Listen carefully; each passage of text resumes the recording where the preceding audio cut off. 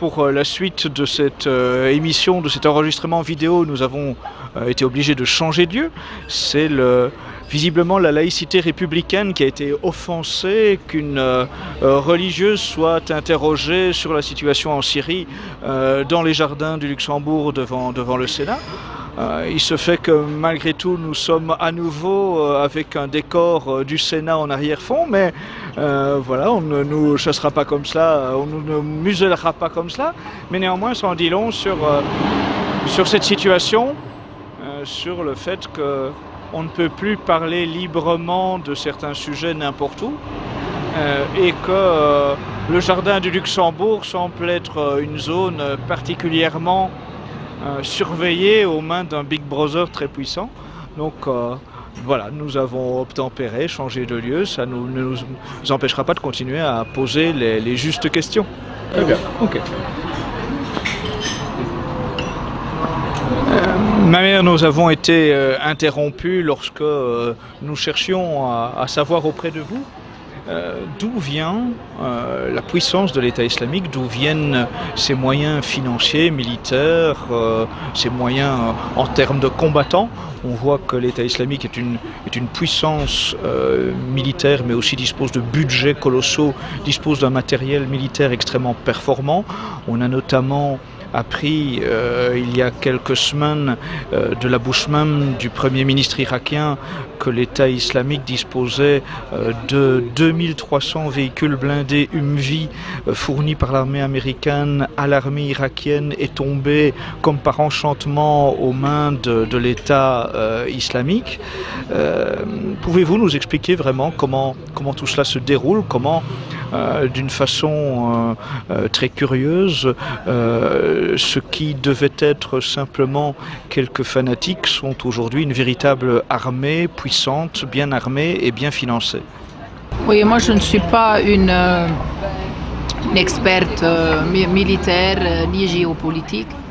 Je peux seulement vous transmettre ce qui se dit au niveau du peuple, ce qui se dit au niveau des organisations d'aide humanitaire et donc au niveau des témoins.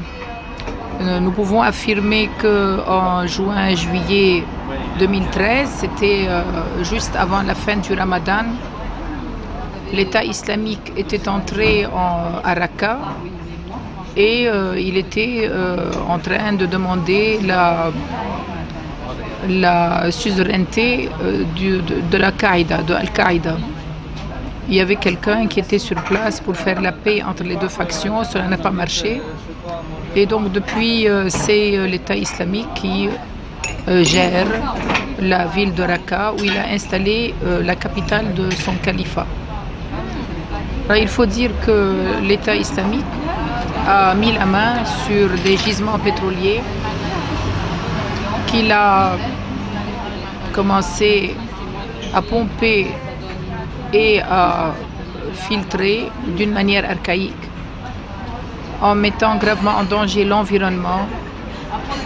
Et figurez-vous que c'est l'Europe, c'est l'Union européenne qui a été le client numéro 1 de l'État islamique. Cela faisait des rentrées quand même de plusieurs millions de dollars par jour pendant près de 2 ans. C'est l'armée libre de Syrie, ou bien ceux qui restent, des nobles combattants de l'armée libre de Syrie, les vrais révolutionnaires, qui m'ont alerté dans le cadre de dialogue concernant la réconciliation. Ils voulaient l'aide de l'État syrien pour remettre sur pied les raffineries classiques afin d'arrêter, de contrecarrer le commerce illicite qui était en train de faire de l'État islamique une puissance régionale. Malheureusement, cela n'a pas été possible parce que il y a eu très vite une recrudescence de la violence dans cet environnement. Je vous rappelle que le champ pétrolier de Al-Sha'ir, à côté de Palmyre, a été 2 fois la cible d'une razzia de la part de l'État islamique, faisant chaque fois plusieurs centaines de morts, parmi les jeunes recrues de l'armée syrienne, jetés là pour garder les confins du désert de Homs. Autre chose, c'est que l'État islamique jouit certainement d'un compromis tacite international, puisqu'il peut voyager des centaines de kilomètres à découvert aux yeux de tous les satellites de ces grandes puissances qui peuvent voir la mesure d'une sauterelle, mais malheureusement qui ferment les yeux sur des convois de plusieurs kilomètres de ces fameux Humvee qui ont été soi-disant ravis à l'armée irakienne. Avant que l'État islamique ne rentre de nouveau en Irak et ne mette la main sur Al-Mossoul et les provinces du Nord, il avait déjà des Humvee. Et donc on se demande où est-ce qu'il les a cherchés. Il est aussi vrai que l'État islamique n'a pas été parachuté du ciel. Il est entré en Syrie à travers des frontières. Et donc on se demande comment ces combattants qui viennent d'un peu partout sur la planète, y inclus de pays occidentaux comme l'Australie, les États-Unis, la Nouvelle-Zélande, la France, l'Angleterre, la Suède, sans parler des États de l'Empire soviétique ou de la Baltique, de la Géorgie, de la Tchétchénie, etc., etc. On se demande comment ces milliers de combattants ont pu transiter, soit à travers des aéroports internationaux, soit à travers des frontières. Et comment ils ont pu passer la frontière turque ou jordanienne ou libanaise. Nous savons qu'au Liban, lorsque des combattants pareils arrivent sur place, ils jouissent d'une immunité hautement significative. On les fait descendre dans des hôtels de 4 à 5 étoiles. Ils passent un très bon moment et ensuite ils sont transportés par des voies occultes sur les lieux des opérations. Par cela, il faudrait revenir un an en arrière, lorsque l'État islamique a passé de Raqqa à la province de Mossoul sans que personne ne se rende compte de son mouvement. C'était des colonnes de plusieurs kilomètres. On pouvait presque entendre leurs clameurs, autant ils étaient nombreux. Et non seulement ils ont pu passer les frontières, d'abord avancer dans le désert, ensuite passer les frontières, et puis rentrer dans la ville de Mossoul, dévaliser les banques de Mossoul, c'est-à-dire mettre la main sur près d'un demi-milliard de devises et rafler tout l'arsenal des forces irakiennes de la région.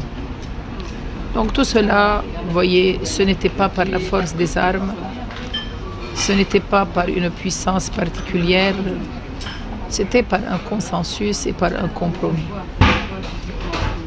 Alors les grandes puissances sont libres de faire les compromis qui servent leur intérêt, mais je me demande toujours, et c'est ça ma question, comment est-ce possible de faire passer un tel scénario sur la tête des innocents? Et donc le destin des femmes yazidis, des femmes kurdes, des femmes chrétiennes, des enfants par milliers qui ont été pris en otage, qui ont été violés, qui actuellement servent comme esclaves, qui sont exposés dans des marchés d'esclaves aujourd'hui au XXIe siècle. Dans le cadre de la guerre des États-Unis contre la terreur, ils ont pu innover et donc faire ces marchés d'esclaves. Réfléchissons un peu, peut-être qu'un jour c'est le fils de Madame Untel ou le fils de Monsieur Untel qui peuvent être pris en otage et exposés pour être achetés en esclaves. Et la plupart du temps sont des esclaves pour des passe-temps sexuels. Alors, vous voyez, c'est très, très, très dangereux, c'est très grave. il y a beaucoup de responsabilités. Je me demande pourquoi je suis celle qui parle. Est-ce qu'il n'y a pas des références humanitaires, des droits de l'homme, religieuses, spirituelles, pour ne pas dire politique, juridique, jurisprudentielle? Malheureusement, nous nous trouvons dans un désert. Avec Diogène, nous prenons une bougie et nous allons à la recherche d'un homme, fils de femme. Voilà.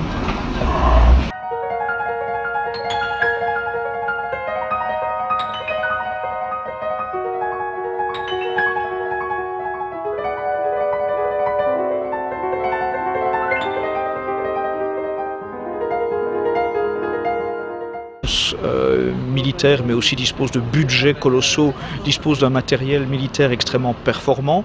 On a notamment appris il y a quelques semaines de la bouche même du Premier ministre irakien que l'État islamique disposait de 2300 véhicules blindés Humvee fournis par l'armée américaine à l'armée irakienne et tombés comme par enchantement aux mains de l'État islamique.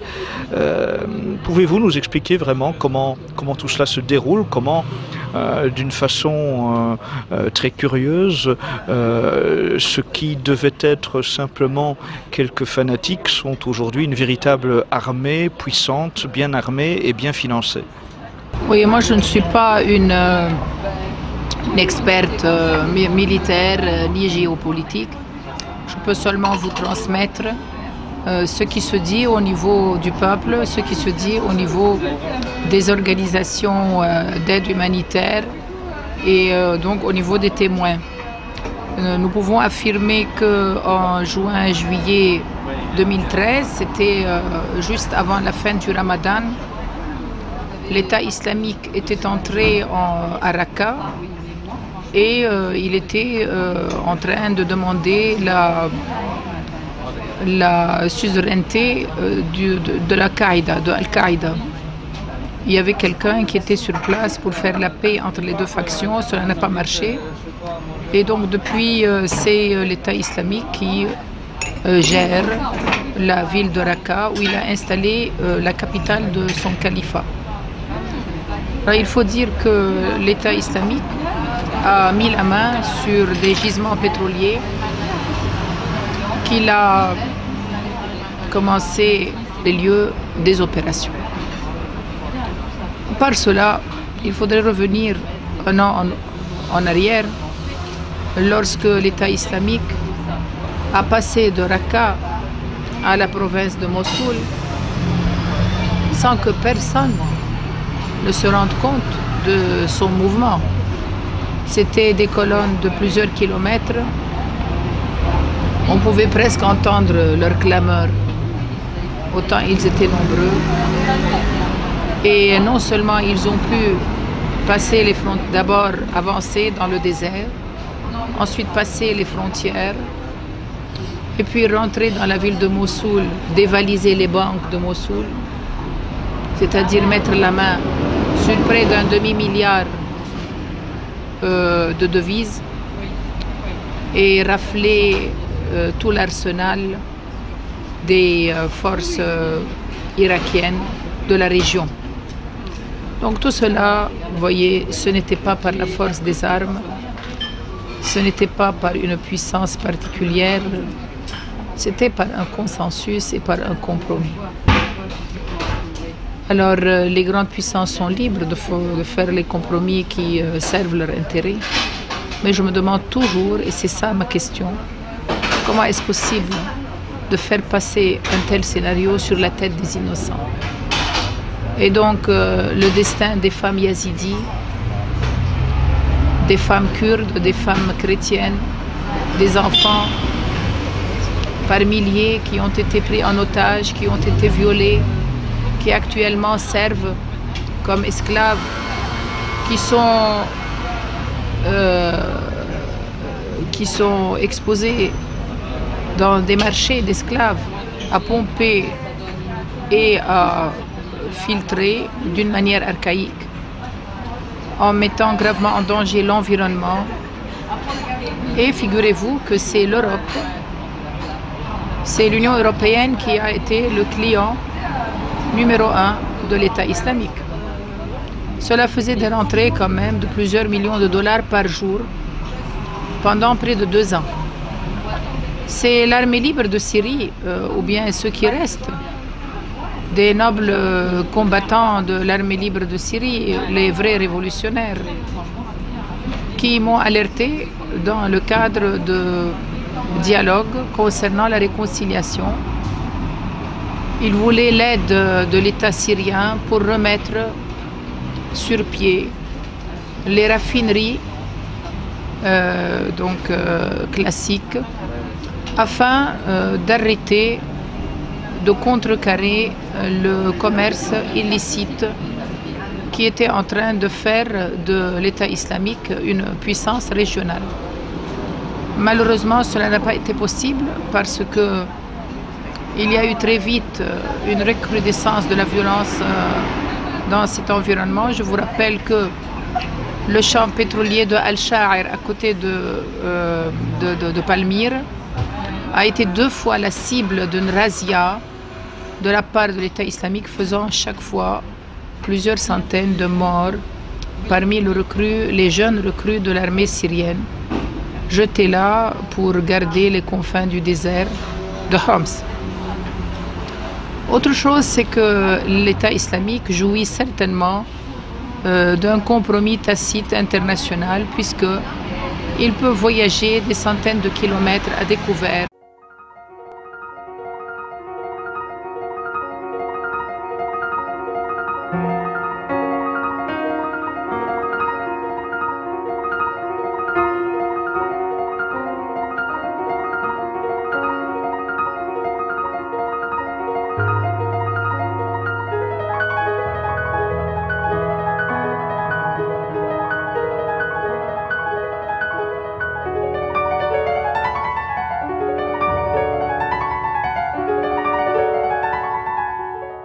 Pour la suite de cette émission, de cet enregistrement vidéo, nous avons été obligés de changer de lieu. C'est visiblement la laïcité républicaine qui a été offensée, qu'une religieuse soit interrogée sur la situation en Syrie dans les jardins du Luxembourg devant le Sénat. Il se fait que malgré tout nous sommes à nouveau avec un décor du Sénat en arrière-fond, mais voilà, on ne nous chassera pas comme cela, on ne nous musellera pas comme cela, mais néanmoins ça en dit long sur cette situation, sur le fait qu'on ne peut plus parler librement de certains sujets n'importe où, et que le jardin du Luxembourg semble être une zone particulièrement surveillé aux mains d'un Big Brother très puissant. Donc voilà, nous avons obtempéré, changé de lieu. Ça ne nous empêchera pas de continuer à poser les justes questions. Très bien. Ok. Ma mère, nous avons été interrompus lorsque nous cherchions à savoir auprès de vous d'où vient la puissance de l'État islamique, d'où viennent ses moyens financiers, militaires, ses moyens en termes de combattants. On voit que l'État islamique est une puissance. Aux yeux de tous les satellites de ces grandes puissances, qui peuvent voir la mesure d'une sauterelle, mais malheureusement qui ferment les yeux sur des convois de plusieurs kilomètres de ces fameux Humvee, qui ont été soi-disant ravis à l'armée irakienne. Avant que l'État islamique ne rentre de nouveau en Irak et ne mette la main sur Al-Mossoul et les provinces du Nord, il avait déjà des Humvee. Et donc on se demande où est-ce qu'il les a cherchés. Il est aussi vrai que l'État islamique n'a pas été parachuté du ciel. Il est entré en Syrie à travers des frontières. Et donc on se demande comment ces combattants qui viennent d'un peu partout sur la planète, y inclus de pays occidentaux comme l'Australie, les États-Unis, la Nouvelle-Zélande, la France, l'Angleterre, la Suède, sans parler des États de l'Empire soviétique ou de la Baltique, de la Géorgie, de la Tchétchénie, etc., etc. On se demande comment ces milliers de combattants ont pu transiter, soit à travers des aéroports internationaux, soit à travers des frontières. Et comment ils ont pu passer la frontière turque ou jordanienne ou libanaise. Nous savons qu'au Liban, lorsque des combattants pareils arrivent sur place, ils jouissent d'une immunité hautement significative. On les fait descendre dans des hôtels de 4 à 5 étoiles. Ils passent un très bon moment et ensuite ils sont transportés par des voies occultes sur